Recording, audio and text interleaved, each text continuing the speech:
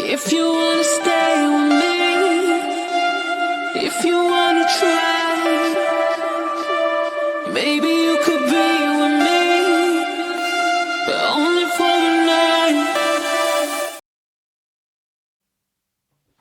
Hey everybody, welcome back to the Board Game Specialist. I am Melanie. And I'm Carla. And today we're recording episode 132, and it's all going to be about our recent buys because we've both been a little bit out of control. And it seems like every week, multiple times a week, there's been new games showing up for the last 2-3 months. And I was feeling like, oh my God, I'm out of control. But then, well, good for me to make me feel better. Carla's right there, probably ahead of me, I think. So, Oh, I don't know, but because you also get some games that are like for reviews, people send you games, so there's some of those them. mixed in there as well. So Yes, actually, some of them. I did have one show up today that I reviewed a while back, and they sent me the finished copy because I had the prototype. So then that arrived this week as well. And I want to apologize a little bit for my voice. I have a cold, and I have such a loud voice normally, and it seems like I have to like yell just to get anything out. I have like almost no voice. So I don't know if that's coming across at all, but I'm sucking on lozenges, trying to make sure I don't lose my voice as we're doing this. Whew. Okay, now what we're going to do is we're going to talk about these latest buys. And as we're going through the list, we're going to be talking about where they're coming from as well at the same time. Because we're getting them from all over the place. So let us get started. And as always, Carla, we're going to start with you. And before we get started with our list, we're going to talk a little bit about what we've been playing lately. So tell us, what have you been playing lately? So this is actually a new one, a new expansion, which we didn't include expansions on this list, but That's this was right. a new expansion I purchased from a Board Game Bliss to to a game that I love, and that is called Pirates of Maracaibo Commanders. Now, I had kind of hummed and hawed about getting this because I'm trying to not buy every expansion to every game I have, but games that I truly love and are, probably in my top 20, 30, I will probably purchase the expansion just to see if it adds, what it does. Now, this one did not fail me. It is awesome.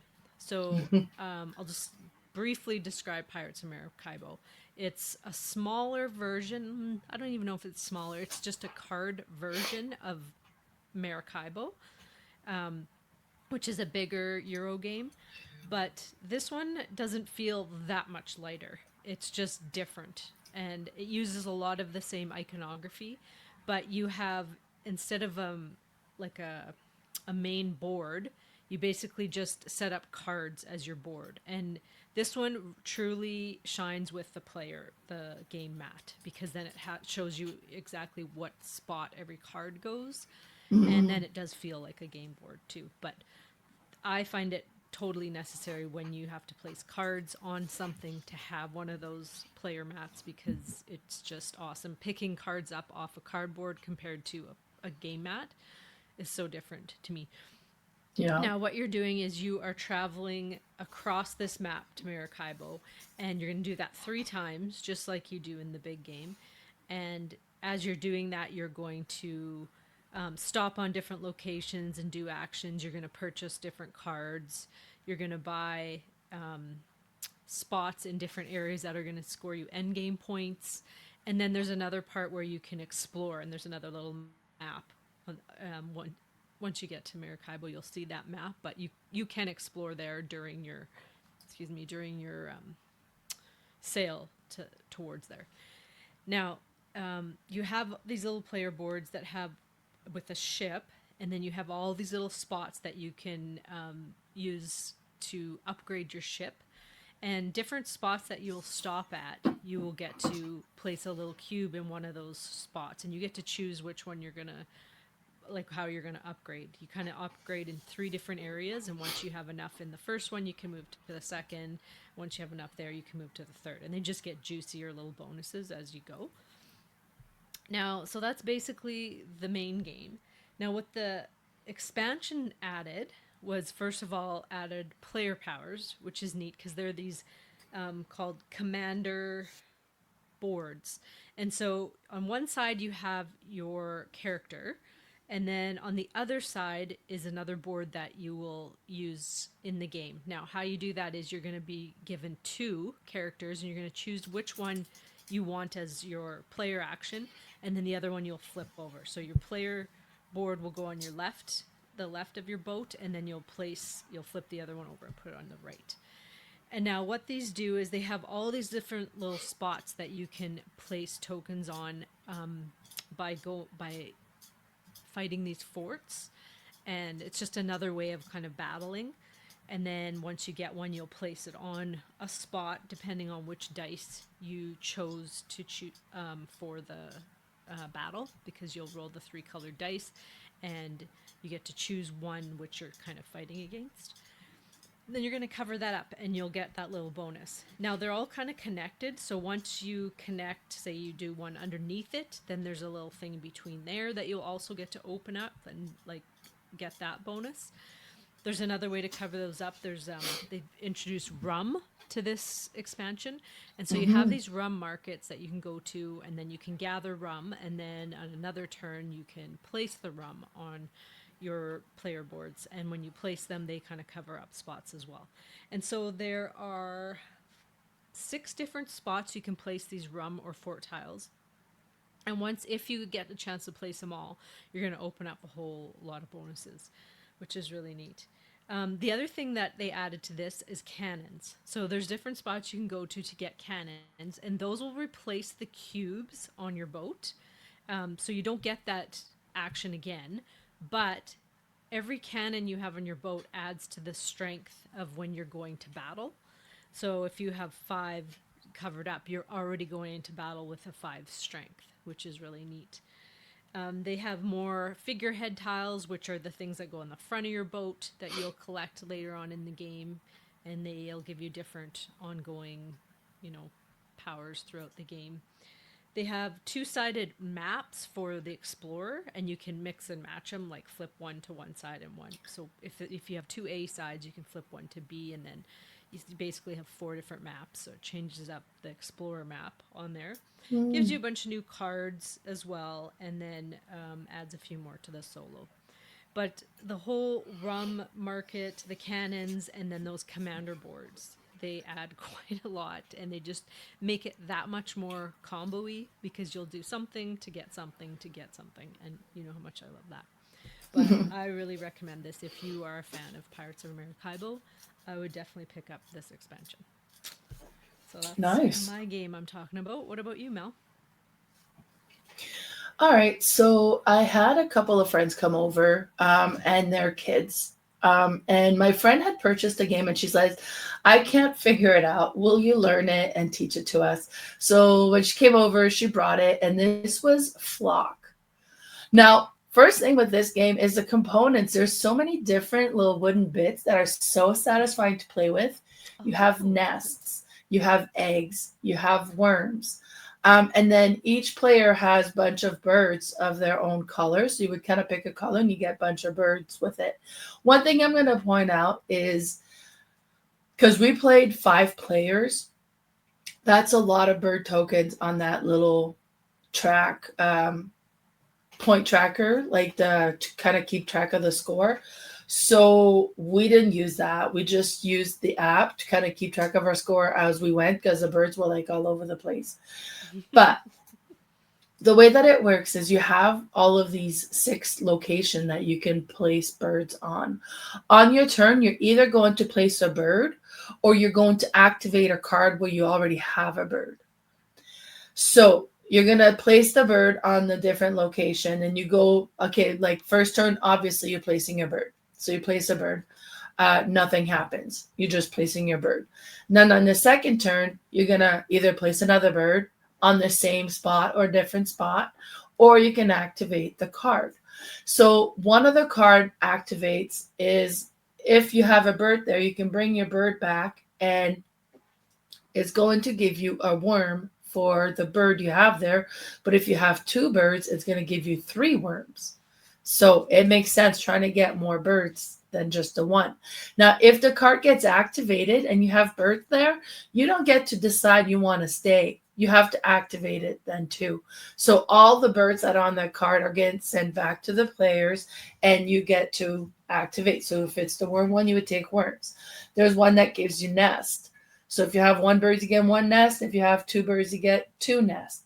There's one that'll give you eggs. So you have to have a bird and spend a nest to get an egg.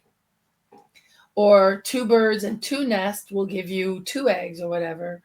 And then there's one where you can spend a bird and a worm and an egg to get extra bird, because you start with three birds, but there's other birds you can have, and then the more birds you have, the more you can place them and the more you can activate.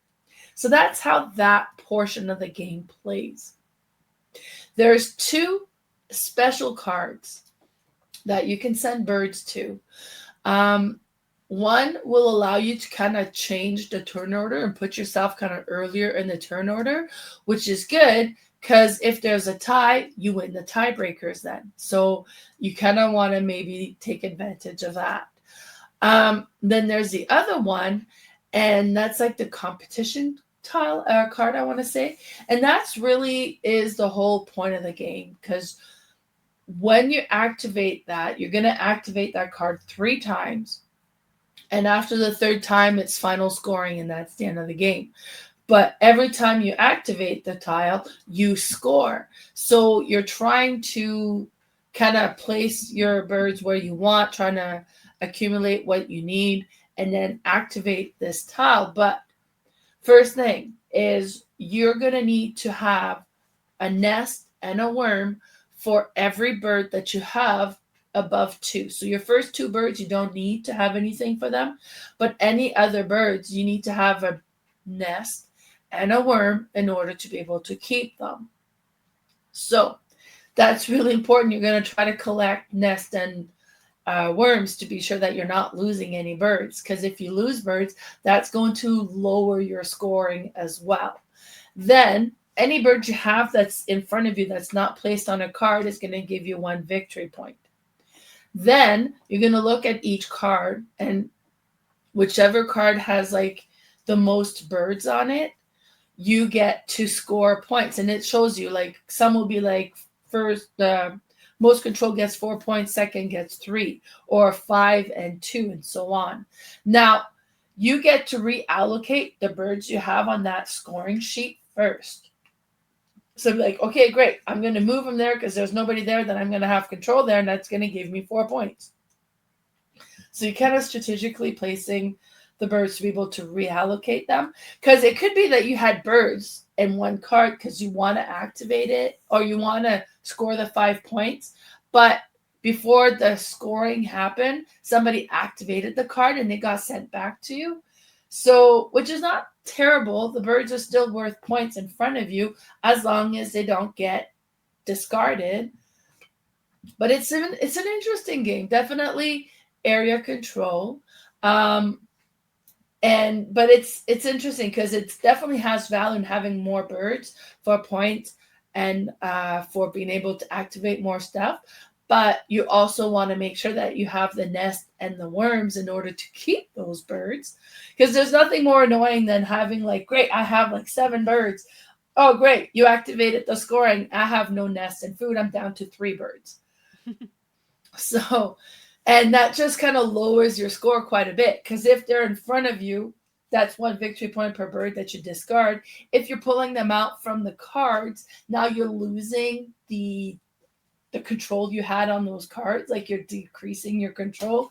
So it's like, oh man, that would have scored me 5 points. Now I'm scoring none. So and you do that 3 times, and then each time you need to have more birds assigned to that competition card in order to score. But it's a really cute, interesting, it's a simple game. I was watching some reviews and tutorials on it just before I was teaching it. One of the complaint that somebody had said was that it gets very samey. You're gonna play this game again, it's gonna be the exact same kind of feel, right? It doesn't change up. But I'm not all that concerned about it. I have such a large collection that I don't play the same game again and again. And it'd be like, oh no, it feels too samey. Like I don't need to have my game to have that much a different feel every time I play it. But this is also not my game. I don't own this one. This was my friend's copy. But that was one we played recently, and that's Flock. Neat. All right, so we're going to get started with our top 9 recent buys. And Carla, we're going to start with you. Now, I personally have mostly not played the games on my list. So some of them I'm hoping you might have played them so you can help me talk about them. I also have been so sick this week, so I was going to review all these games and watch tutorials on them. And honestly, I haven't. I've been just crashed and sleeping on the couch most of the week. So, but we're going to start with you. And what's your number 9? Well, first of all, we're going to say where we got these games. Now, Yeah. I was shopping at Winners/HomeSense. I don't think you have that in the States, but this is our Canadian kind of, it's kind of, it's not a department store, but sort Yeah. of a kind of a mini department store with like really good deals typically, but they sell clothes, homeware, all kinds of things, puzzles, and every once in a while they bring in some games. And Always a lot of around times, Christmas time too, isn't it? yes, yeah, Yeah. puzzles, lots of puzzles and games, but they do have them throughout the year. If you kind of, you just never know when they're going to be there. It's just kind of Right. the luck of the draw. So I was actually looking for Christmas puzzles, and I came across this whole board game table, and I'm like, ooh, maybe I'll find a gem. And I found 2 that I thought I might like. One of them is called Festival. I bought them, and then I thought, okay, I'll go home and look them up and see if they're okay before I open them up. And this one, I mean, just from the cover alone, really kind of grabbed me because it's got that vibrant, like chalkboard Yeah. art, I would say, but it's really vibrant colors like red, green, blue, and yellow against a black background. And it's a abstract strategy game, but it kind of feels a little bit more because it's so bright and, I don't know, festive, I guess. Now, what you're doing in this is everyone has a player board, and it's a 3 by, I have it up on my phone here, a 3 by 3 grid with circles. And then Yeah. you have these tiles. They're cardboard tiles, but they're very thick. Like the cardboard is some of the thickest I've ever seen for tiles. And you each have your own stack depending on the color of player board, and you're going to shuffle those up, and you're just going to put them in a pile beside you. Now, if you're playing with 4 players, you're going to have a pile to your left and a pile to your right. And the player to your right can also use your pile, or that pile in between you, and the player to your left can also use that pile. And those are the only 2 piles you can draw from. And you're basically just trying to make patterns on your board because you all start with your own colored objective, and you can use either side. They're different. And then on your turn, all you're going to do is pick a tile up and place on your board, or grab a new objective from the middle. And you're basically just trying to complete those objectives. Now, you also have these crowd pleaser tiles, which are basically you're racing to these types of they're not patterns, but they're like things like if you have all 4 colors on your board, or if you have one of each color and one of each pattern, because each tile has a color, so it's red, blue, yellow, green, and then it also has a different pattern of a firework. Oh, they're so cool. Yeah, so there's 4 different types of fireworks and 4 different colors. And so your objectives might have just certain fireworks they want on there, or they might have colors, or both. And so you're trying to arrange that on your board, and then as soon as you do, you get to move that objective from the left side of your board to the right. And you're just going to play that game until somebody has completed 6 objectives, or one of those tile piles is empty.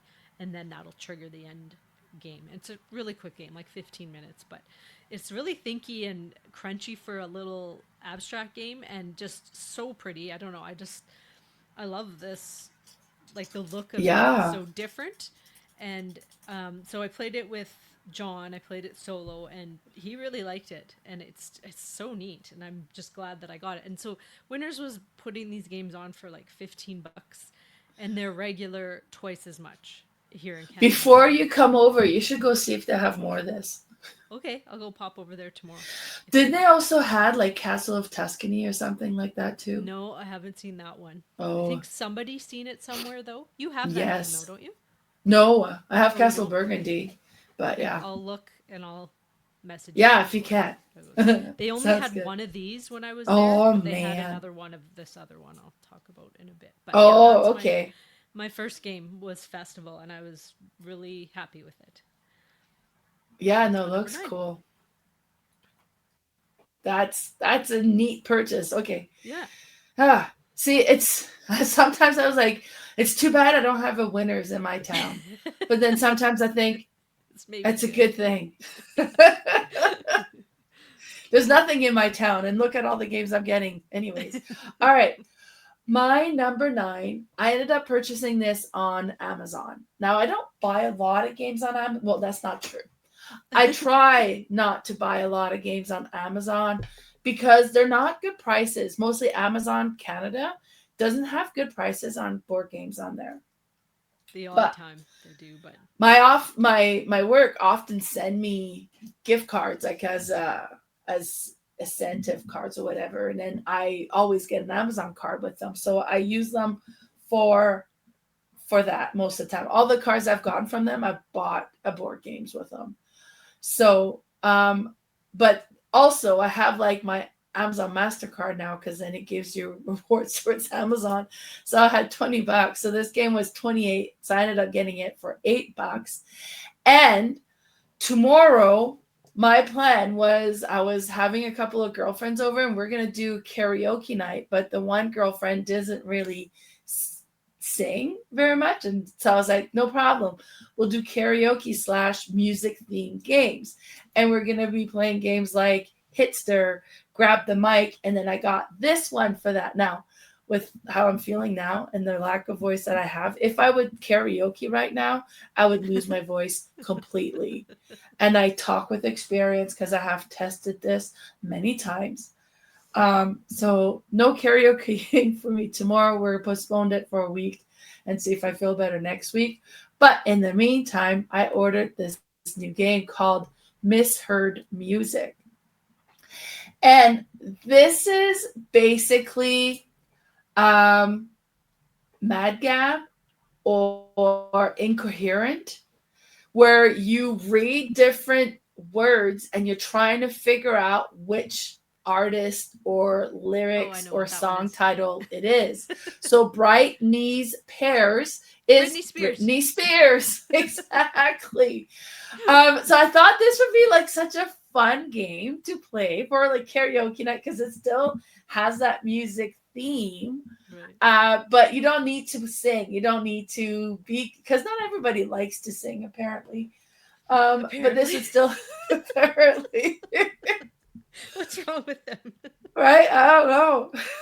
Mel, I have to say this. Mel loves to sing. When we play games, Mel's singing probably 50% of the time. If it's my turn and I'm singing to myself, I don't realize it's my turn. So, but yeah, I can't help it. I'm always singing to myself.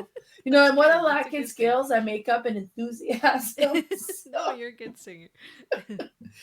But I thought this would be a really cool one. So it actually, I cheated a little bit because I put it on my list and it hadn't arrived, but it's here now. I have it right here. So I was like, it's going to be here by the time we do this recording. So I'm putting it on there now.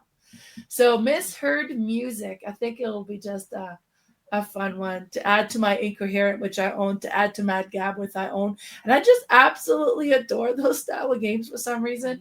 So that's my number 9. They just create a lot of laughs. They do. Like, they do. You know, what you're doing. But all right. Well, my number 8 This one I purchased from a store in Ontario. I ordered it. It's called Great Board Games. And I had played a version of this with a friend, and I just loved it. And I could not find it anywhere. But it showed up. If you ever are looking for games, if you're in Canada, you go to Board Game Oracle and you put in the game, and it'll tell you everywhere that it Oh, like nice. where you can find it.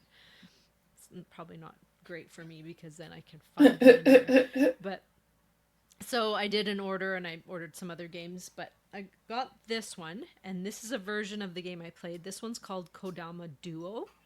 Now I played the game Kodama Forests, and it's I very have similar. Kodama. Kodama. Which Kodama is it? Because there's like I had a roll The card right. game.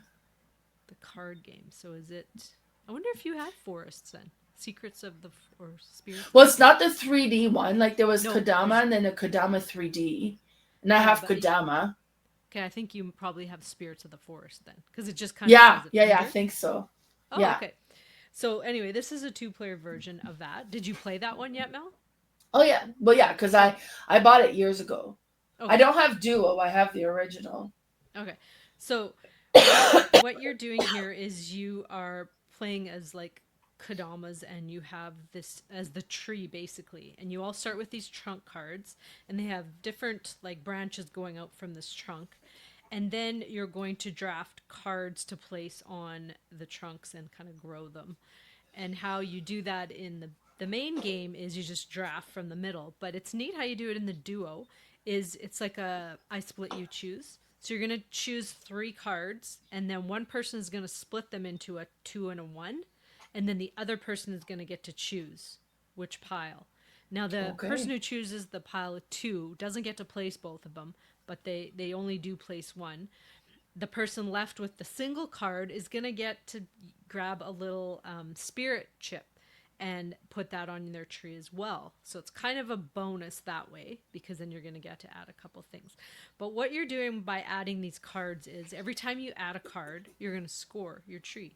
And how you score it is there's these little symbols. There's like little worms, mushrooms, flowers, clouds, stars, and fireflies. And each card will have a few of those on there, most likely. And you're going to grow it off one of the branches, and then you're going to add up everything that is connected to it. So if, say, I had 3 cards on that branch, I would score and say 3 of those cards all had worms. I'm going to score 3 points for the worms because they're all connected. But only 2 of the cards had mushrooms, so I'll get to like 2 connected cards. So I'll also score 2 mushrooms. So you kind of get to trying to connect as many like things as possible, but you can never score more than 10. So if you score more than 10, you get 0. So you try to make sure that you're not going to get over 10, because you don't want to get 0, obviously. And you're just going to kind of go around and draft that. Draft each round and split and choose a card. Now, there's 3 different seasons. You have these decree cards, so you're going to have spring, summer, and fall. And then, so it kind of has like a scoring rule, or it'll kind of give you all like a bonus at the beginning or something. And then you also have Kodama cards, which are your personal scoring cards. So you have a hand of them at the beginning of the game, and at the end of each round, you're going to score one of them. So at the end of each season. So I might score one that says like however many fireflies I have on my tree, or however many flowers I have on the end of my branches, just things like that. And so you're going to try to obviously score as much as you can each season. Now, I mean, it sounds very basic, but for some reason it just like, I just loved it, and I had to find it. And I found it, and I found the duo. And the duo, I really like that you can get those little tokens and then you put them on your tree, so it kind of adds to what you have. But the neat thing is there's only 6 tokens, so once they're used, if one person gets to grab a token, they get to take it off the other person's tree. So you don't know what the other person's goals are, but you might have an idea by looking at their tree. Like, I feel like you're collecting a bunch of mushrooms because you have 8 of them or whatever. But so it's just kind of a really neat little, I don't know, card tableau building, but it's the art is beautiful too. It's just like very mystical art, but cartoony Yeah. as well. So it's just, Yeah. I don't know, it's just one of those games that is just puts me in awe. Like these little $20 game that's just played with cards and chits, and I just love it. But any of that one or the one you have, Mal, the just the basic Yeah. card game where you can play with multiplayers. This one also can be an expansion to that game. I think Okay, it's with the yeah. Because it tokens looks and exactly the same yeah, almost. Yeah. it's basically the same other than this I split you choose and then adding those tokens. So Nice. I did purchase the other one. I'm not sure if I'm going to keep it or if I'm just going to give it away as a prize at Card Treat, but Right. it's kind of neat that you can add this as an expansion. I feel like I might only play this as a two-player game, so I might just keep the two, but it's a really cool little game. And so that's my number 8, Kodama Duo. Wonderful. Yeah, I do enjoy Kodama, so that's cool. And it just So looks then I so won't bring this. cool I was going at to the bring end this as you for the build. weekend, but now I don't Oh, need to bring it because you played it. yeah. No, I got Kodama, so that's good. All right, my number 8.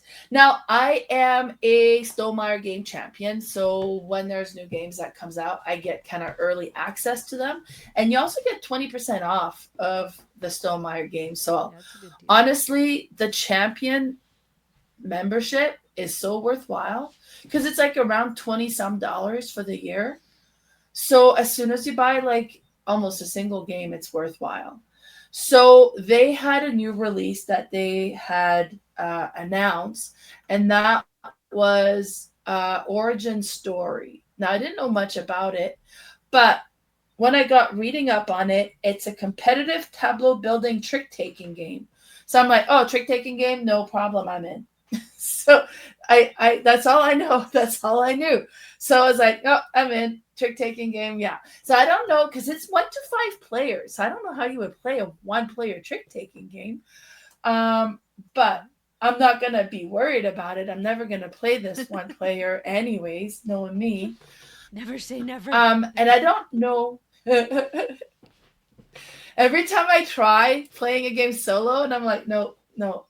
So but this is like superhero themed, and you have your like it's like chapters, and you're gonna add a card in your one position, then you're gonna add a card in your second position, like each round, from what I understand. And you have like a scoring tracker, but it has like a nice side and an evil side. It looks like I really do not know how this game plays other than the base of that.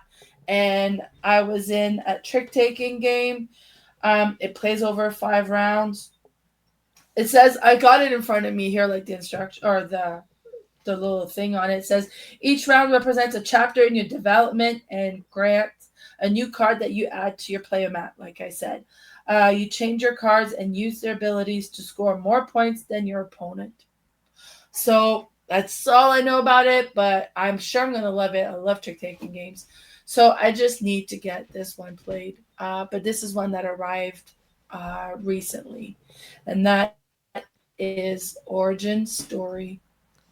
I don't know much about this one. I just know it's a new release.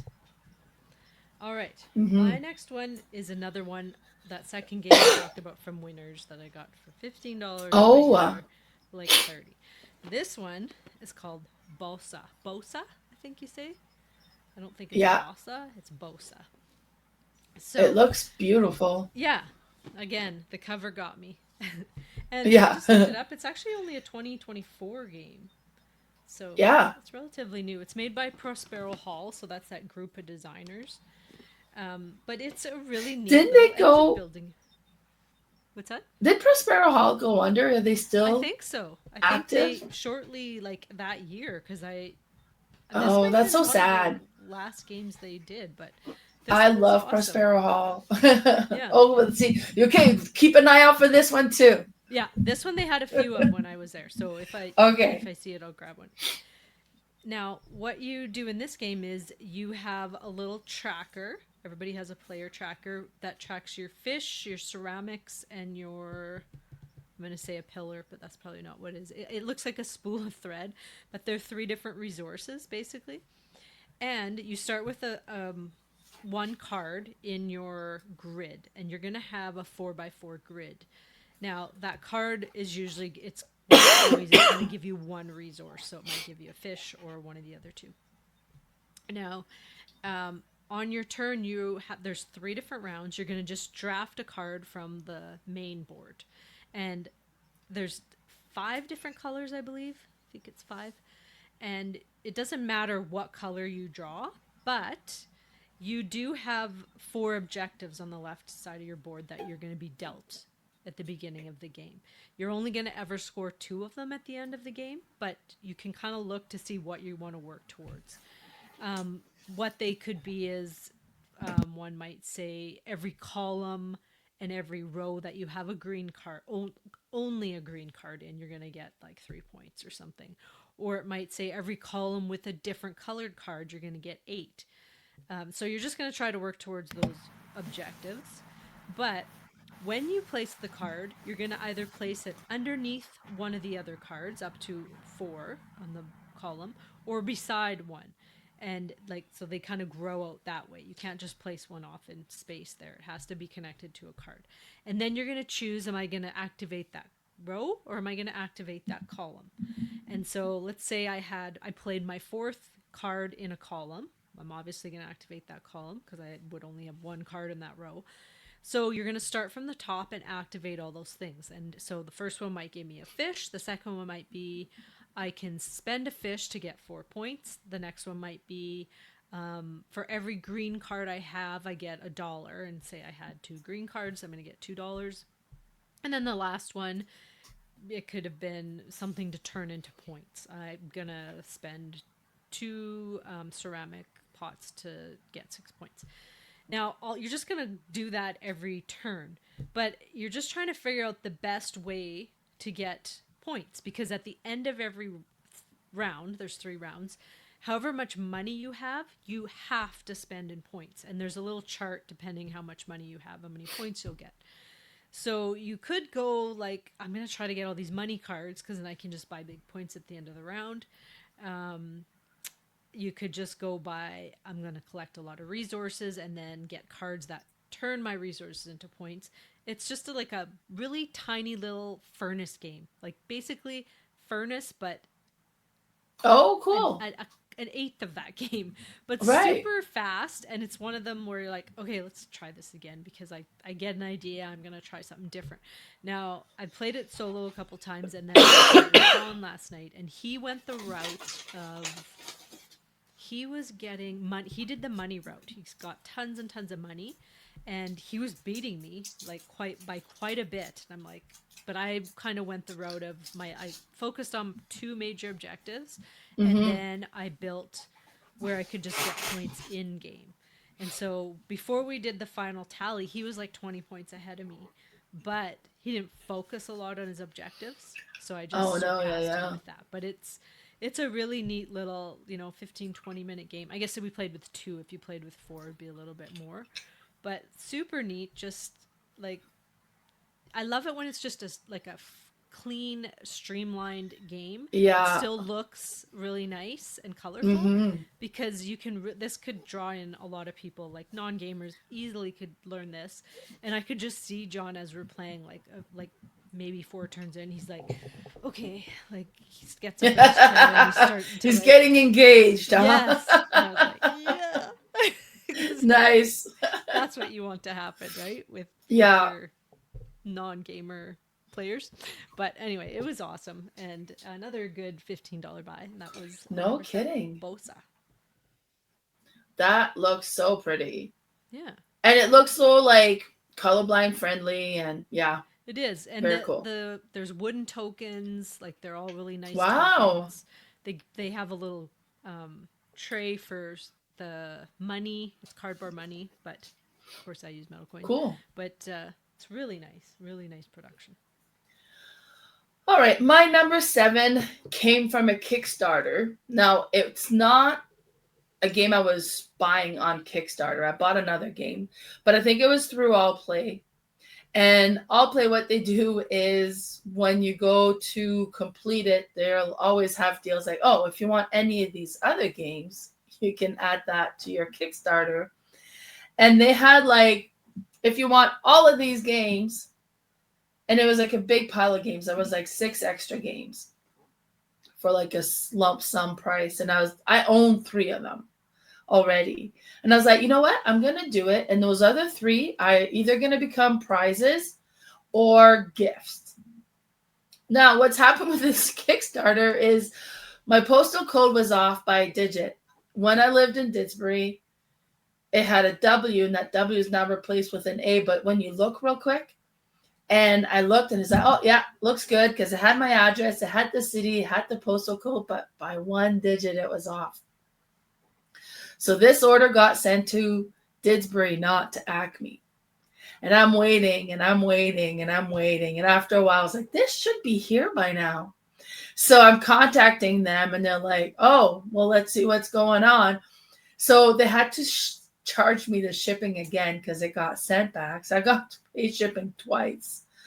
And then, so I paid it, but then I'm like waiting and waiting, and I reach out to them, and it didn't show that it had paid. I said, well, I paid on this date. I was like, oh, okay, we see it now. So huge delay. I was expecting this in June, and it arrived this week. So one of the game that was in there is Verdant. Now, and I bought this one because it was part of the lump group. Now, this is part of like was it the Cascadia? Right? Yeah. So, and I only own Cascadia, and I was like, okay, well, and I like it. So I was like, you know what? For that alone, I'm going to buy it. Now, based on what I'm understanding, you're growing plants, which I don't do in real life. I don't have that skill. They die. They just, they I think I drowned them after I starved them. I don't know what's going on. But in real life, I can't grow plants. So in board games, hopefully I'll be a little bit better. But it says it's a puzzly spatial card game for 1 to 5 players where you take on the role of a houseplant enthusiast trying to create the coziest interior space by collecting and arranging houseplant and other objects within your home. So it's like, it looks beautiful. It sounds interesting. And Cascadia was so neat that I'm hoping this game is going to be very interesting as well. And I'm sure I'm going to enjoy it. Like, it's not a theme that's like, oh, yeah, I love this theme. As I said, I don't grow plants. But I'm not opposed to plant games. But I haven't played this one yet. It arrived, as I said, just a couple days ago. I am excited to give it a try. Now, Carla, I'm assuming you have. Oh, yes. I love this game. I have it. And I played on BGA quite a bit now, too. Now, this one, you are making a 3x5 grid. And you're going to have a room and a plant, and you can never have 2 plants touching or 2 rooms. Oh, okay. The rooms are going to give verdancy to the plants around it, depending on if they want full light, half light, or shade. Now, trying to kind of Sudoku-like, where do I put a plant that it wants shade, or it can have shade or part shade. So I really don't want to put it next to a sunny room. So you try to figure out that puzzle, but also, and then once you complete that verdancy, so every time you put a room next to it, you get to put, and you have the right lighting, you get to put a verdant token on your plant. Once you have the completion, because some of them will have like 3, 4, 5, 6, I think all the way up to 7 or 9, then you've completely taking care of that plant, and you get to put a pot on, and that'll be like an end game score as well, plus the points you get for completing it. Now there's also like a little square in the middle that you can place these tokens, and you draft those just like you kind of do in Cascadia with a card. So you have these tokens in the middle, and you have plants on the top, rooms on the bottom. You're always going to take a token and the matching plant or room. Now you can spend these green thumbs, kind of like the acorns in Cascadia, to like switch it up. I want a plant over here, but I really want this token. Now, a lot of the tokens are going to have like pets on them or just objects, but they're in a certain color. And so you might want to, depending on what color, if you can place it on the same room color, like if I had a blue book and I can place it on a blue room, I'm going to get extra points. Oh, nice. You have your objectives that like in-game objectives that you're all gonna try to accomplish, and end-game ones, which will kind of be like I don't know, it might be whoever has the most blue rooms or just something like that. But there is main end game scoring, and you do want to try to have different colors and different types of plants as well. You'll get more points that way, and for your matching tokens. Now, some of the little square tokens are just tokens that you'll kind of toss away, but it'll let you just put 3 verdancy on any 3 plants, or put like 3 verdancy on 1 plant, or completely one room can give off verdancy that you have around it, like things like that. So it's just a really cool little puzzly. And that line, that Calico, Cascadia, Verdant, they just all kind of feel like scratch a different itch sort of for me, Nice, where it's yeah. like animals, ecosystem, whatever, and then this one's plants, and then you have your little quilt that you're building. They're just clever. I just really like. You're gonna like this game. It's Yeah, I think so. It sounds interesting. It's pretty. I like the puzzly games. yeah, me too. So yeah. I love it. So yeah, no regrets. I'm just wish it would have gotten here sooner, but it is here now. That's all that matters. And that's my number 7, Verdant. Awesome. All right, my number 6, I bought because of you, actually. I had seen kind of the cover of it, like lots of times from different content creators. And although it's a space theme, it's a star theme, which I do like stars and, constellations and all that kind Yeah. of thing. But then when I seen there was acrylic tiles in this game, I should tell you what game it is. It's Twinkle Twinkle. I did buy this from my local Wizard's Loft, local game store. So this one is from All Play, I believe. It's an All Play game, Yeah. right? Yeah. Yeah. And you're just basically drafting tiles to place in this like galaxy that you have, which is a grid of different, like you're going to put constellations, comets, stars, all kinds of things. And how you're going to draft those is you have a player token, and you might draft, they're going to be in a line, the tiles, and you might draft the 4th one, which will put you basically in 4th place turn order next time, depending how many people you have and where everybody else lines up in there. But so choosing a tile at the beginning is going to give you first crack next time. But what you do is you're going to place this in your grid, and you can place it anywhere. I don't think it has to touch another tile. No, I don't think so. Yeah. And some of them will have like stars, and they like, so lines, which are the constellation, and then stars on those lines. Now they can be like a diagonal line, a straight line, a cross line, whatever. You do need to connect them orthogonal. No, you can connect them. Yeah, you can't connect them diagonally, because that doesn't connect them as constellations. They have to be. It can be diagonal, but it has to maintain the path. Oh, it's straight line. If it right. creates an Yeah, angle, then it's no longer connecting. You can't have this diagonal, one going upright and the other one going the other way, right? So now there's different ways of scoring. If you use the green objectives, I think those are the base ones. They score in a certain way. And then if you flip them over, then everything scores differently. But the base game, you're going to try to get a huge constellation. So you want to have one big one connected. Whereas I think on the other side, you want several, or maybe it's your top 2 you score or something. But and then the comets will score different ways. The planets, there's the black hole that doesn't want to be next to planets, or it does, but the planets don't want to be next to it. So there's just different things that want to be next to others and others that don't. So it's just another one of those like puzzly games, but really pretty, like beautiful production. Everyone's player board is a different colored kind of galaxy, and it just kind of reminds me of the Northern Lights, which we've been seeing so much of here in Canada and Alberta. I've been taking pictures and going out, and at first I'm like, I hadn't seen them this bright for so long. I thought, is there like a gas leak somewhere? Because it was pink, like our sky was pink, and I was right underneath it. But anyway, this reminds me of it. Just looking at those, it feels like I'm looking at the Northern Lights here. But it's just a really neat little game that, again, it's going to it's going to hit with a lot of different people. It's not a heavy game, but it's just pretty and nice and light and thinky and right up our alley, our puzzly game alley. And so that's my number 6, Twinkle Twinkle.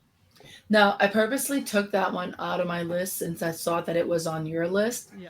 I've played it with Lee and I've played it with Lee and Lily, and we quite enjoyed it. And it's interesting because what you pick will kind of decide the next turn order. So be like, I really want this one, but I want to pick next because you see what's coming further down. So very interesting game. Yeah.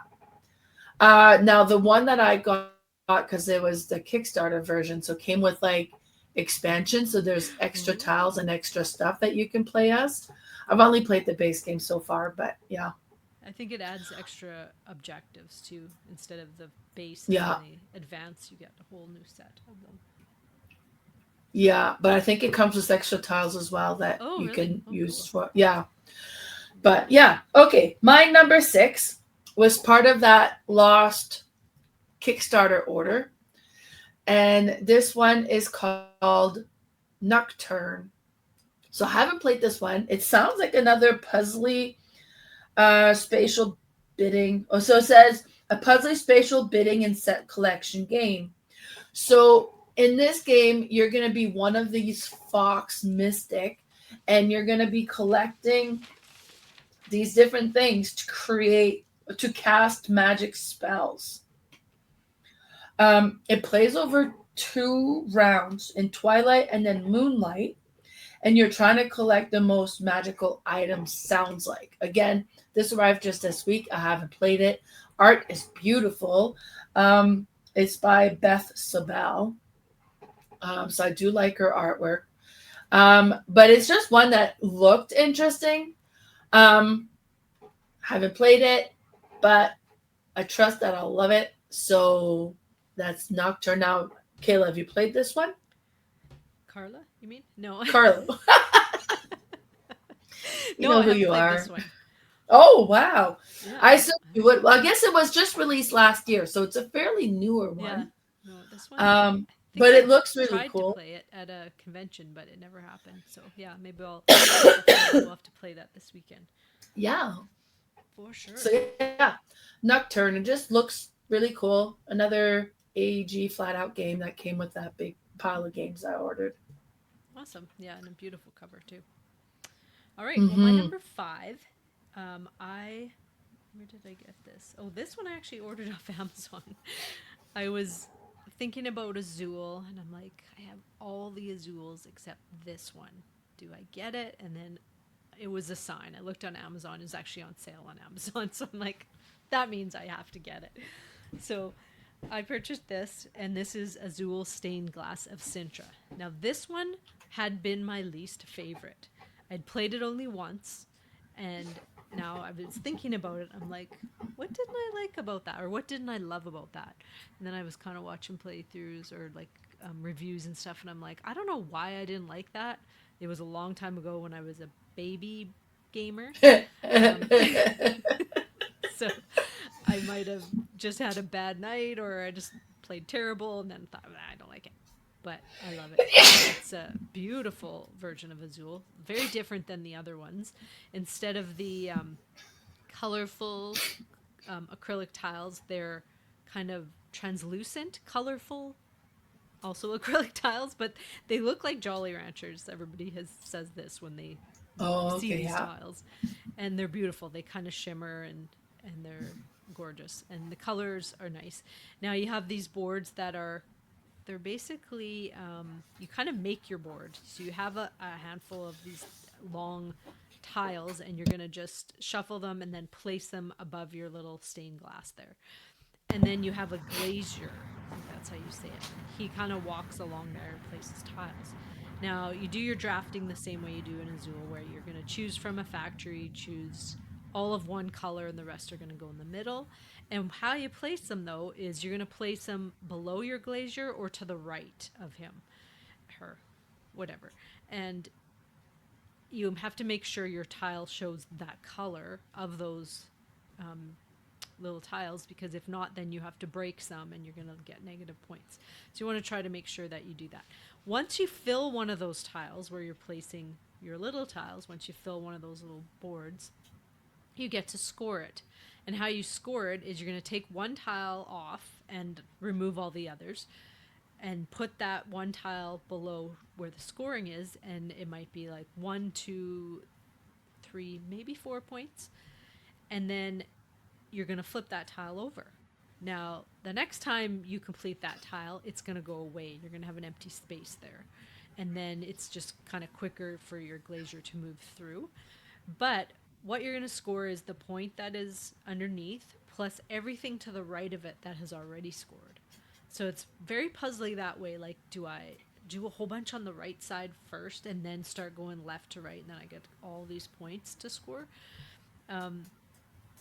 Another thing is you have to take a turn to actually move your glazier back to the left, so that once he kind of gets to the end, there's nowhere for him to go or place. Then you need to take a whole turn to do that. It's, typical Azul style, where it's just kind of, it's an abstract strategy game, but made beautifully, and it plays awesome, and I love it. I haven't played since that first time, like years and years ago. I've only played it solo, so I'm excited to play it as a multiplayer game. But yeah, that's my number 5, Azul Stained Glass of Sintra. Nice. This is the only Azul game I have not played yet. Oh, maybe I should bring it. There you go. All right, my number 5 is another Kickstarter that I had backed with All Play, and there was a multiple games, and this was part of the one. Like, I think it was like, I don't remember if the Kickstarter was for multiple game or if they're just like, hey, want to add more? And I was like, okay, sure, I think I will. But this was part of that Kickstarter, and this is A Message from the Stars. And as I got reading up on it, I got kind of excited about it. It's a deduction game, but let me read you what it says on it. So we're a team of scientists who seek to decipher cryptic messages from an extraterrestrial civilization. So we set against a backdrop of cosmic mystery. Players take on the role of brilliant scientists tasked with decoding a series of perplexes satellite transmission. These transmissions are believed to contain vital messages from an alien race that could hold the key to the destiny of Earth. The catch, the message are incomprehensible, written in an entirely unknown alien language. There is a movie based on this. I watched it not too long ago, but I can't remember what it was called. But it was a good movie. Using a engrossing deduction mechanism, player will collaborate with their fellow scientists to send messages back to the extraterrestrial senders. By exchanging these messages, you hope to unravel the intricate linguistic code that conceals the true intention of the alien entity. So each interaction yields a numerical value, a piece of the puzzle that you'll need to solve the riddle of the alien language. Players can engage in cooperative gameplay where all scientists pool their collective intellect to crack the alien code and unveil the hidden message. Or you can play into team play where there's 2 alien players sending messages across the galaxy. So that's all I really know about this. But it's like, I love deduction games. So I know this one will look so interesting. And then I thought it was really neat when I watched like a playthrough video of it. I don't remember a whole lot about it. But this is one that I'm excited to play. It's one that you have to, it's 2 to 8 players. Now, I love deduction games. Lee hates them. So that's why this one hasn't hit the table yet. I need to have the right group. So cooperative or teams. Oh, okay, cool. Depending on how you want to play it. But I think it looks really interesting. I think it's going to be really neat. And I tend to like all play games. So yeah. I can't think of one of theirs that doesn't appeal to right? me. Exactly. Some good designers. Yeah. Exactly. Awesome. Yeah, so that was my number 5. A Message from the Stars. See, was it because I don't know, is this too space themed for you? No. it's a what did you just call it? A Deduction. Deduction. I love deduction. I love my favorite one is is the space one. What's it called? The planet one.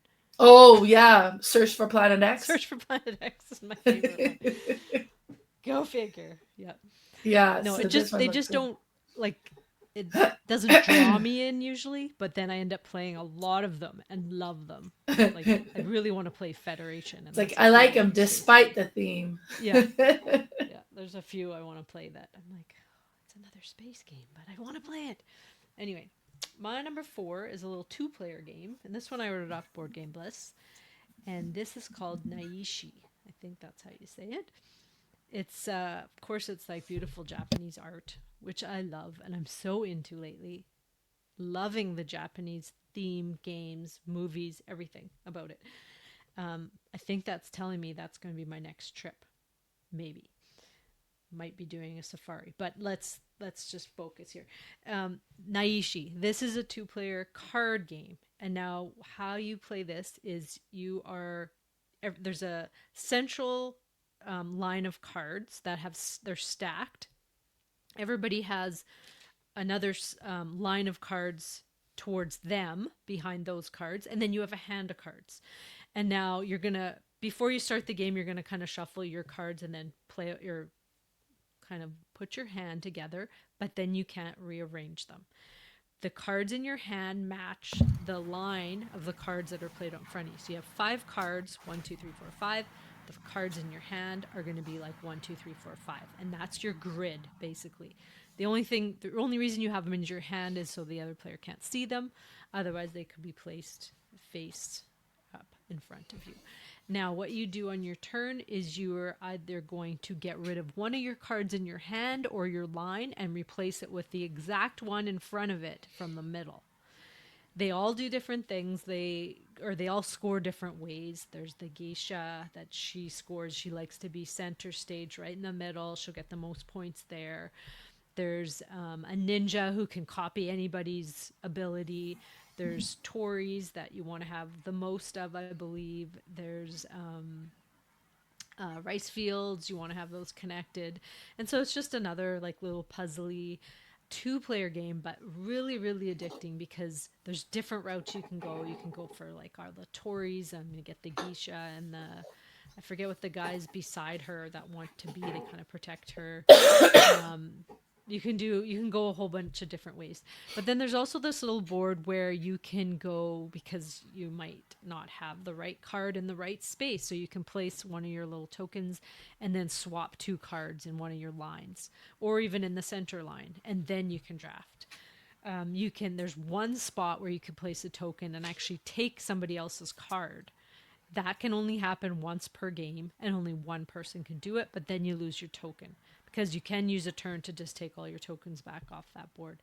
Very simple rules, but so neat. And I've played this on BJ a couple times. They have a whole bunch of different characters on there, so I feel like there's going to be more expansions for just more characters. There's quite a few in this one. I feel like there's about 10. So there's different routes you can go and how you're trying to build up your tableau, but it's super neat. And yeah, that's my number 4, Naishi. Wonderful. Yeah, my brother's in Japan right now. Really? Cool. Yes. He travels so much. So he's in Japan now. He's going to Italy over Christmas. So Wow. That's yeah. my niece is a flight attendant and she Nice. travels all over the world with her boyfriend. He works for WestJet as well, and they go on trips like it feels like every month, and they get such good deals. But he wanted to go to Japan so bad, and she's like, okay, we'll go. She wasn't really keen on it, but she said that has been the best trip she's gone on, and she's gone Nice. everywhere. So see, I want to say this is like my brother's 3rd or 4th time going to Japan. Wow. And he's traveled, like lots of different places, but Japan is one that they go back to regularly. Yeah. People love it. Yeah, all right. My number 4 was the game I backed in that Kickstarter that got lost. That was like the original game I was going for. And that is Knitting Circle.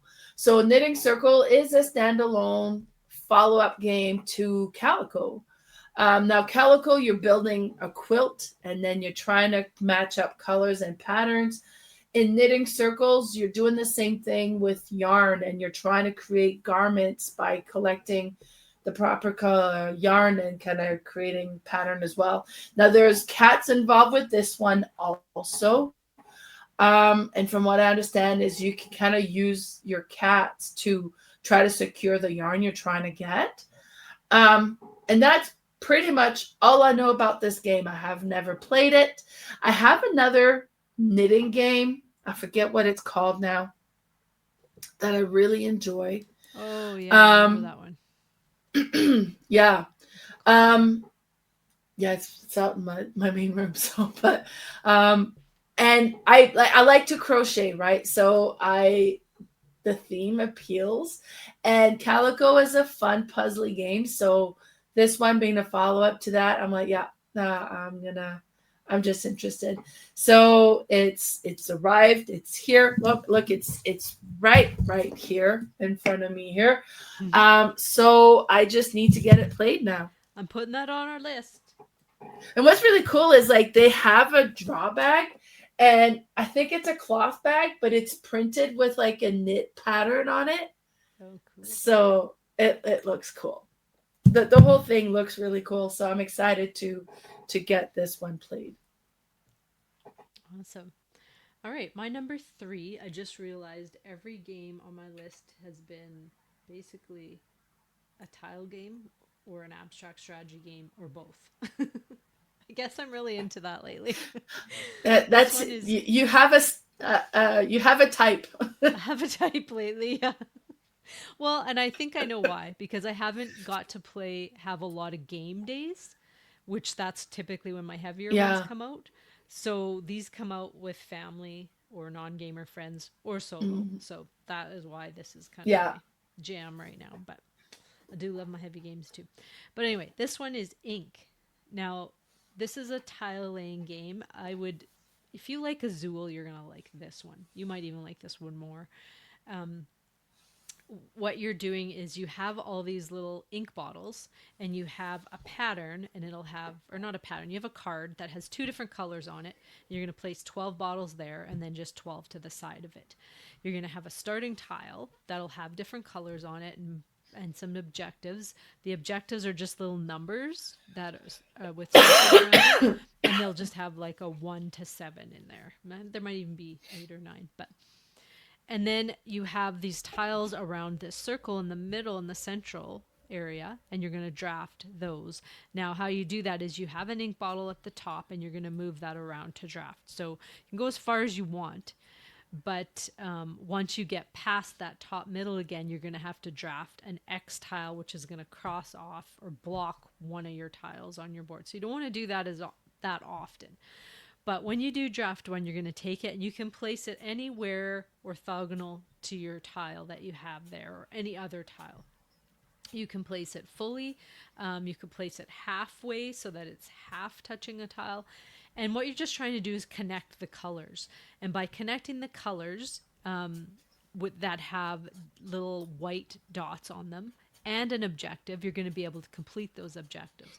So say I connected my blues and I had 4 spaces worth of blues, and I had an objective of 4, and then I had 2 more little white dots in those blue areas. I'm going to get to take a bottle, an ink bottle, place it upside down on the objective, and then also cover up the 2 spots. And you're basically just trying to get rid of your ink bottles. So very Nova Luna-like, just getting rid of them, and that's just kind of a race towards the end of the game. Now, if you happen to place either a 4, 5, 6, or 7 objective, meaning you've connected 4, 5, 6, or 7 light-colored squares, then you get a little bonus, and they change every game. There's these little tiles that go on that board, so you'll get to do something different every time you play. You might get to pull another tile out of the bag. You might get to just take a single square and place it on another one to add to a color that you want to use up. You might get to change an objective or add a white spot on there, and just different things, but you're just trying to figure out the quickest way to get rid of all your ink. The one that has the colors, the ink bottles that are on the colored card can only be used for those colors, but the ones beside it can be used for any color. So you really want to try to get rid of those first. And then you can use your other ones, because if you can't get rid of the specific colors, that's going to take a bit longer. If you do happen to get rid of all your ink and you still have more objectives to fulfill, because you can do more than one each turn, you might have connected a tile that completes the blues and then it also completed the purple. And then the sweet thing about it is I might have had a 5 blue objective, so I covered my 5 and then another little white spot. But I also have a 3 objective on that same color, so now I get to complete that one. And it might really trigger different things, because you can also possibly take off bottles from one of the objectives, and then it opens it up again. It's just a cool little race. If you do complete them all and you still have more bottles to cover, you get to grab these black bottles and put them on. And basically, whoever has the most black bottles wins, unless nobody does. Whoever completes it first and gets rid of their bottles first wins. The production is really neat. The tiles are nice. The little ink bottles are definitely overkill. They have little lids, gray lids on them with the different color of your player color, and just super cute. I played this with a friend of mine. She's like, I would call her a non-gamer friend, but she does light games. Yeah. She was looking for a gift for her daughter, and I said, I think she would like this. She's friends with my daughter, and Hannah loves this game. So I said, you have to try this. And the first thing she said was, when I started setting up, she's like, oh, these little bottles are so cute. It looks so nice. Yeah. Yeah, and it's so another abstract tile laying game, but it's a hit. You can play this one on BGA too. So hit me up if you want to play this one. Nice. Naishi you can play on there. Twinkle Twinkle you can play on there. Festival you can play on there. They're getting everything on there. But that's my number 3. 8. Nice.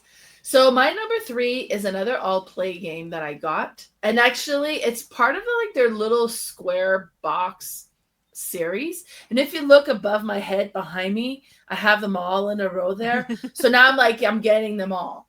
And this one is Runes. Now, personally, the box doesn't draw me in. I wouldn't look at it as oh my God, I must own this one. It doesn't appeal. But it's a card crafting game by John DeClaire. And I love John DeClaire. And I love card crafting. So I'm like, okay, I need this. And I got reading up on it a little bit. And it's actually a re-implementation of Custom Heroes, which is a game that I own, which is another card crafting game. And I was like, oh, okay, cool. Then that's interesting. Because what's neat with it is it's a card shedding game.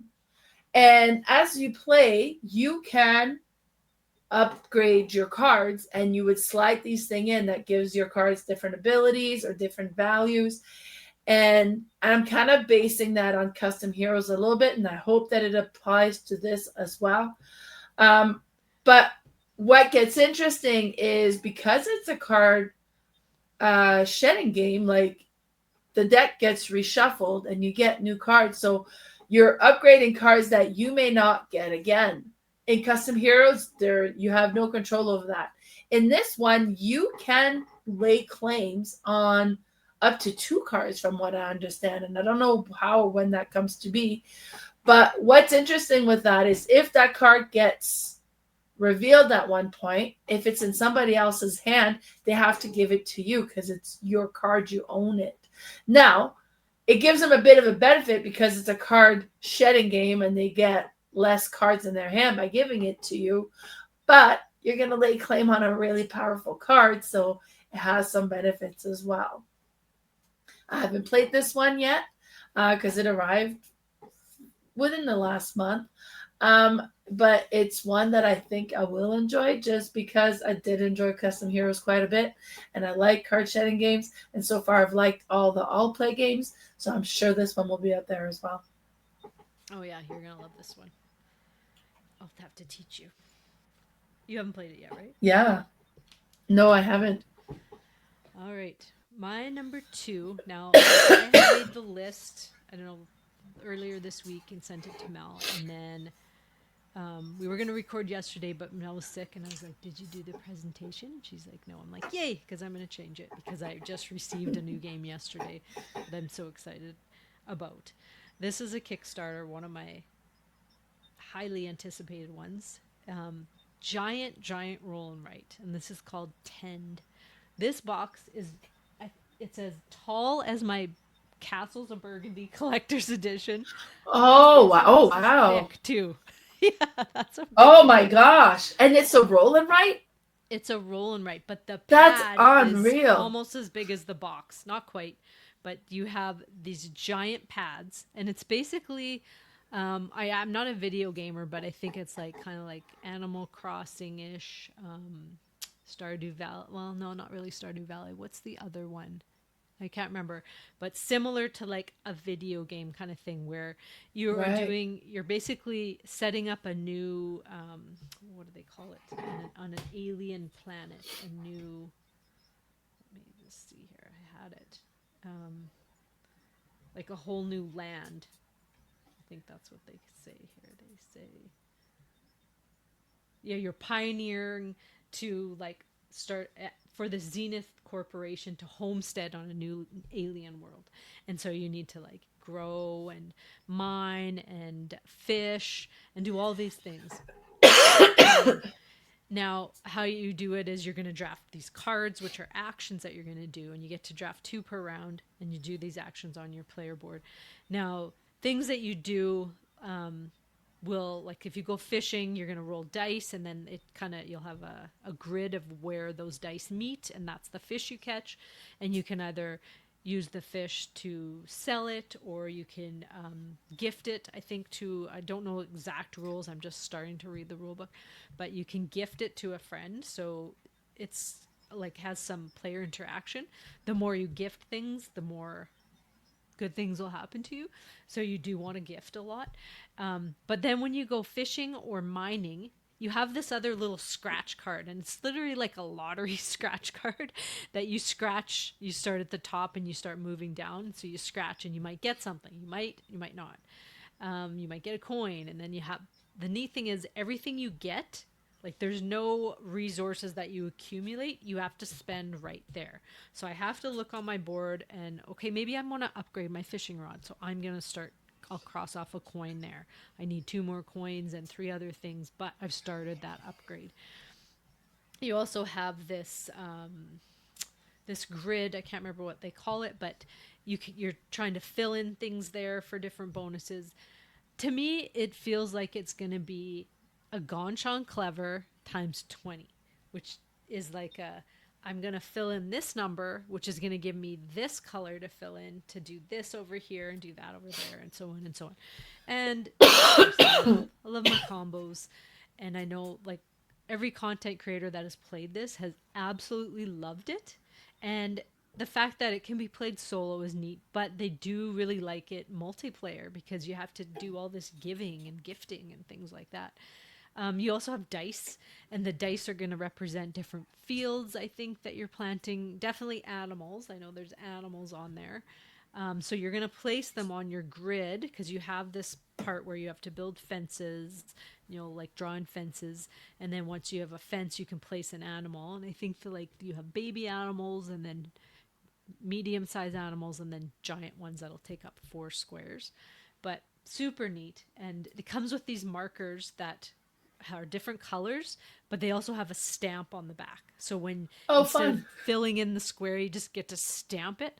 And I ordered a whole extra set of those because markers always seem to dry up for me or fade. So I'm set for the markers, but it's just going to be a cool little farming type game, but on Yeah. paper.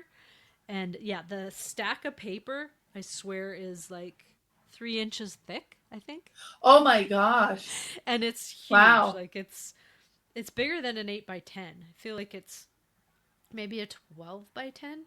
I don't know. It's Huh. huge. And then you have this other player sheet that kind of keeps your score and how you score. You can get badges and things, and it just Yeah. looks really cool. But I'm excited for this one. So that's my number 2, Tend. There you go. Sheesh.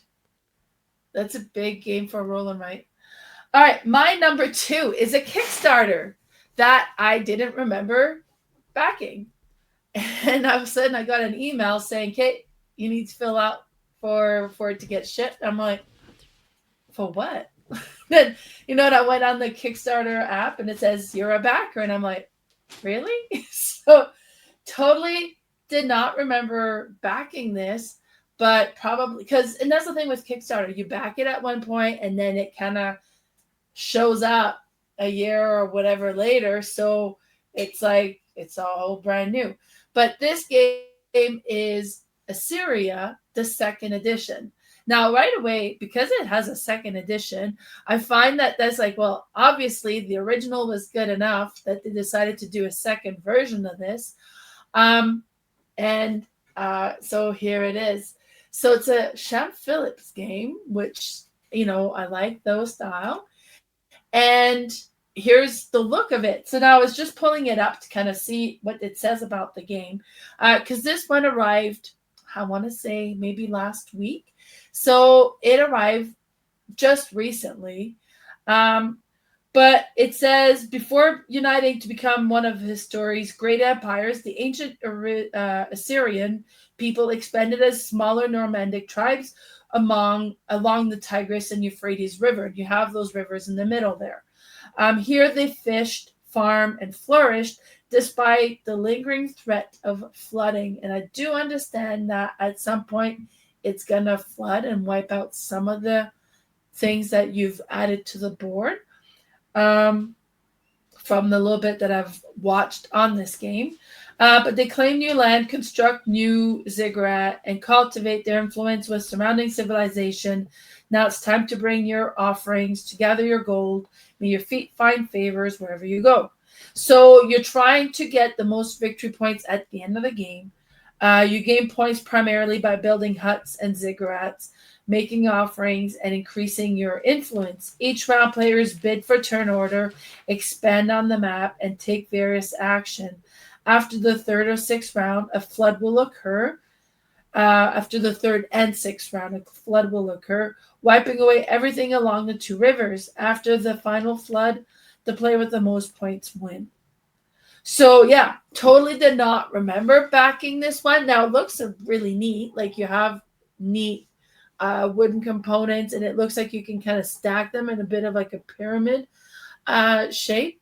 So, but that's pretty much all I know about this. Um, I want to say somebody probably talked me into it, and Carla probably, when this was a Kickstarter, and then I just forgot all about it. Probably was. Because you didn't back this one, did you? Nope.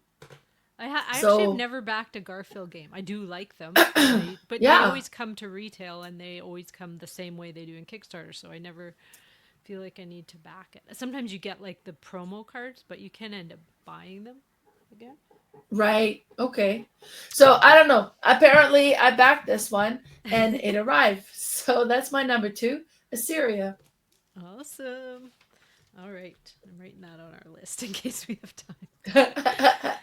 Okay. My number one is I bought this one from Wizards Loft as soon as, and I've been waiting for this one to come out just because I love the big version of this game. This one is the White Castle Duel. Now, what struck me about this one is it doesn't have dice. The White Castle That's is so a weird. dice game and a dice Yeah. drafting and placement game. This one has no dice in it. Instead, you just have these little cylinder tokens, they're lanterns, and you just place them for the action. Now, the neat thing about it is you still kind of have your resources. You're like, you have three resources: food, I think you have your fans, and your, what's the middle one? For the iron. So you're still doing like the gardening, the courtiers basically, and then the battlefield or whatever they call that. Now, what you do with the placement is you're going to place one. You have a black, an orange, and a white cylinder. And you're going to place it on an action spot, but it has to be on a different colored one. So if I'm placing a white, I can't place it on a spot with white. So I might place it on an orange. I do the orange action, my orange lantern action, which you have these cards all splayed out from each colored lantern. You only start with one. And then, so you might not even have an action there, but you do have one on your board, which is just like one resource. and then you get to do the 2 actions that it's between. So you actually get 3 actions. Now, after you've placed all of yours, because you'll go back and forth and each place all your lanterns, that ends the first round. And then in the second round, you're going to take them off, and that's going to be your action. So it's kind of neat because you're not just, placing anything anywhere. You got to kind of try to think, what do I want to be able to take off after? And when you take off, you might end up taking 4 white, whereas you only had 2. You're going to get to choose whatever's left there. So you're not taking off equal amount. You're placing equal amount, but you might be taking off more color than not, because you may have built up your black lantern like with 5 cards, and you're like, I want to activate that black one, so I'm going to keep pulling off black lanterns. Now, the actions are similar. Like, you can go and garden, and you'll place one of your tokens in one of the spots. There's 3 different things for the cheaper version, which is, I think, 2 food. If you pay 5 food, you can go over to the juicier ones. For the courtier, you're moving up kind of on this track, and you can either move up 1 spot or 2. It's going to cost you 2 or 5, I think, just like in the big one. And then you're going to land on these spaces.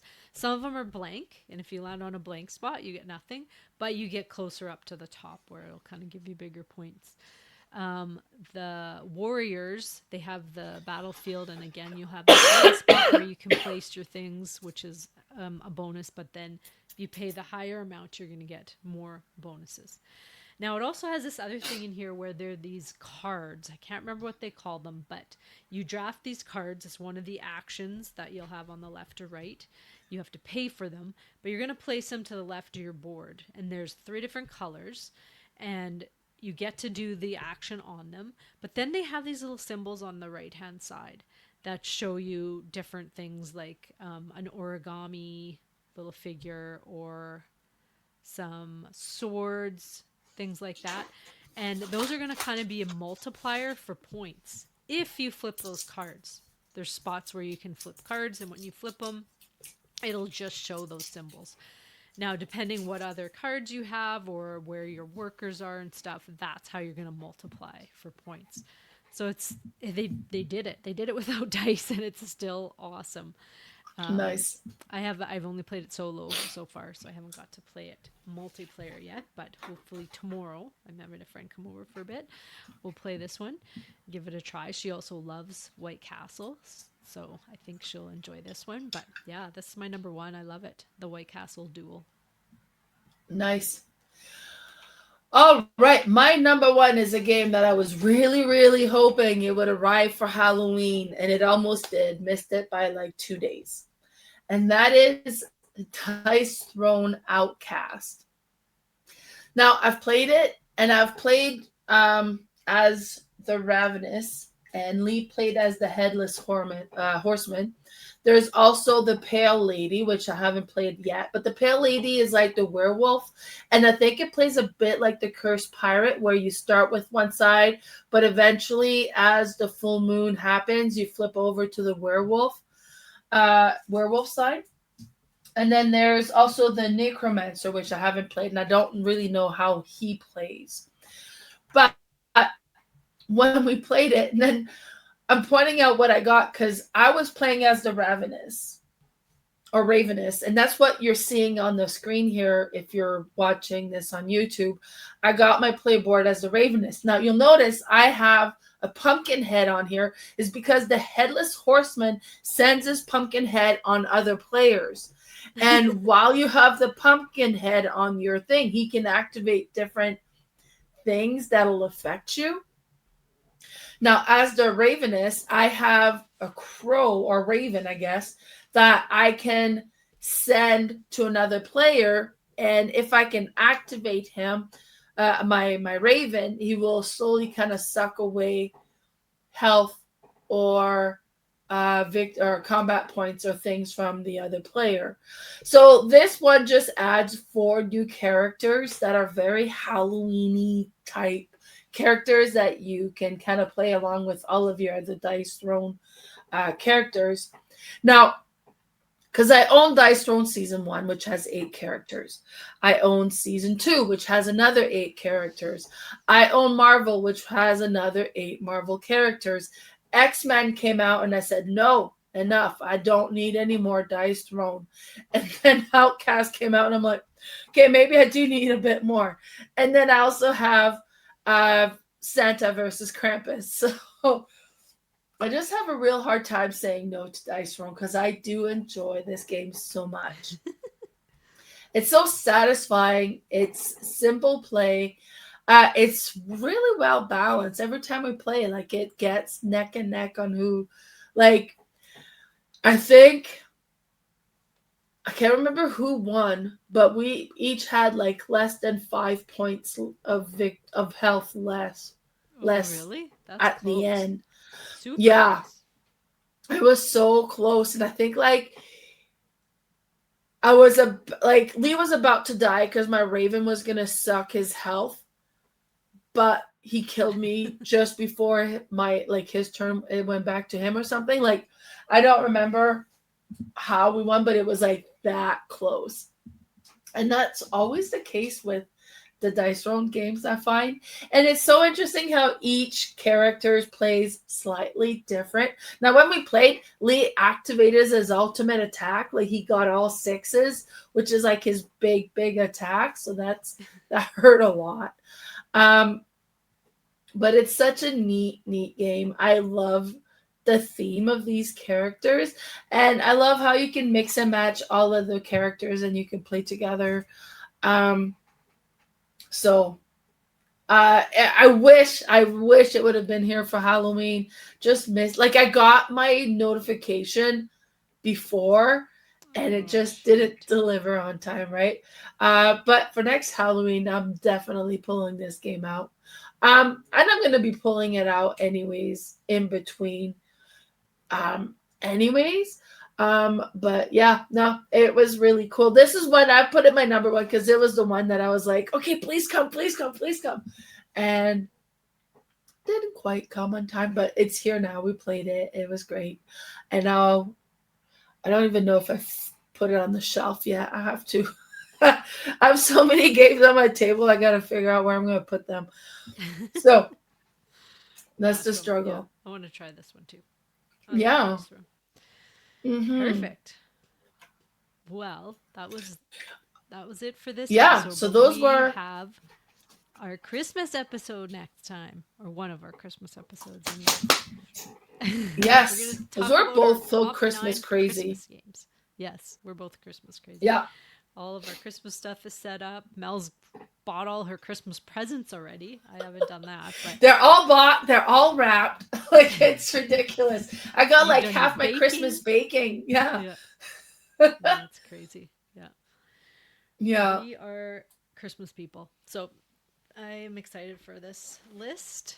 Although I do wish there was more Christmas games out there. I think we've done our Christmas games list before, but I've got a lot of new ones since, so it's time to revisit that. Yeah. There's a new one that I don't think it's out yet, but I'll have to find the name. But it looks so cool. But yeah. Oh, and I have another Christmas game that should be arriving soonish. Hopefully, it does.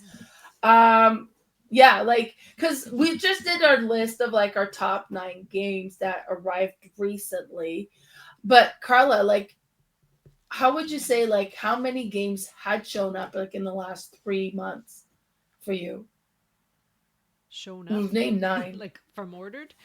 Well, yeah, I'd had a pretty dry July, August because I was golfing my brains out, so I wasn't gaming that much. But I would say September, October, November, I've probably purchased about 30 games, and I still have not all of them are here yet.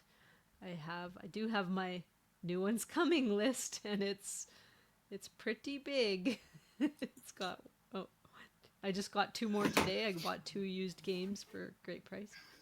Yeah, I kind of had pulled my list of the games that I got. Still?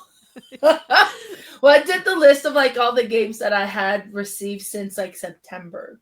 And there was like 31 to 33 in that list. And I do have more games expecting to show up. So, We just love them though. We really do. right? Gotta have a hobby, I suppose. Yeah, that's right. All right. Now, before we call it quits, Carla, where can we find you? I'm on Instagram at boardgamespecialist, all one word, and I have a Facebook page called Red Deer Board Game Fanatics. What about you? So, do be sure to join us on our Discord channel. We've been very active on there. And then there's a bunch of people that are at some sort of gaming event sharing what they're playing. And BBG Con. Yeah. yes, Cool. and it's like, Send your oh, pictures. yes, what else are you playing? Show us. As I'm like laying in bed half dying. So do continue to share, and then do join our Discord channel so you can kind of see all that's going on there. I'm also on Instagram at Mel's_boardgame_room. I also have my Facebook page called Mel's Board Game Room and my YouTube channel called Mel Board Game Room. But yeah, so until next time where we're going to do our top 9 Christmas games, be sure to tune in for that. But thanks so much for tuning in for this one. Bye for now. Thanks for watching. If you wanna stay with me, if you wanna try,